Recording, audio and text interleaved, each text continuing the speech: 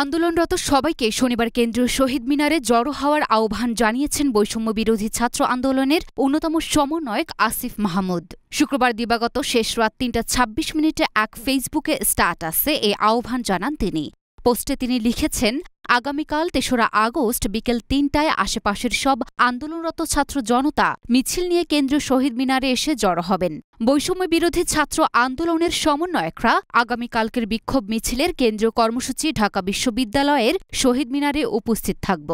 আগামীকাল এই জাতির জন্য একটি গুরুত্বপূর্ণ দিন। কর্মসূচি সফলে দেশবাসীকে এগিয়ে আসার আহ্বান জানাচ্ছি। মুক্তির বার্তা শহীদ মিনার থেকেই ছড়িয়ে পড়বে সারা দেশে। এদিকে সারা দেশে বৈষম্য বিরোধী ছাত্র আন্দোলনের ডাকা শান্তিপূর্ণ কর্মসূচিতে হামলা করে হত্যার প্রতিবাদ ও ৯ দফা দাবিতে শনিবার বিক্ষোভ মিছিল ও রোববার থেকে অনির্দিষ্টকালের সর্বাত্মক অসহযোগ আন্দোলনের ডাক দেয়া হয়।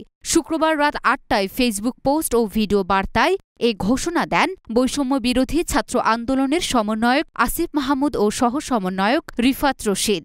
সর্বাত্মক অসহযোগ আন্দোলনের ডাক দিয়ে সারা দেশের মানুষকে অলি গলি ও পাড়ায় পাড়ায় সংগঠিত হয়ে কর্মসূচি সফল করার আহ্বান জানান তারা।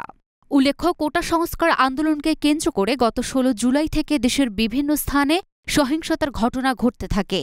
এসব ঘটনায় সরকারের পক্ষ থেকে এখন পর্যন্ত ১৫০ জন নিহত হওয়ার তথ্য নিশ্চিত করা হয়েছে, যদিও বিভিন্ন গণমাধ্যমে এই সংখ্যা ২ শতাধিক বলে দাবি করা হচ্ছে।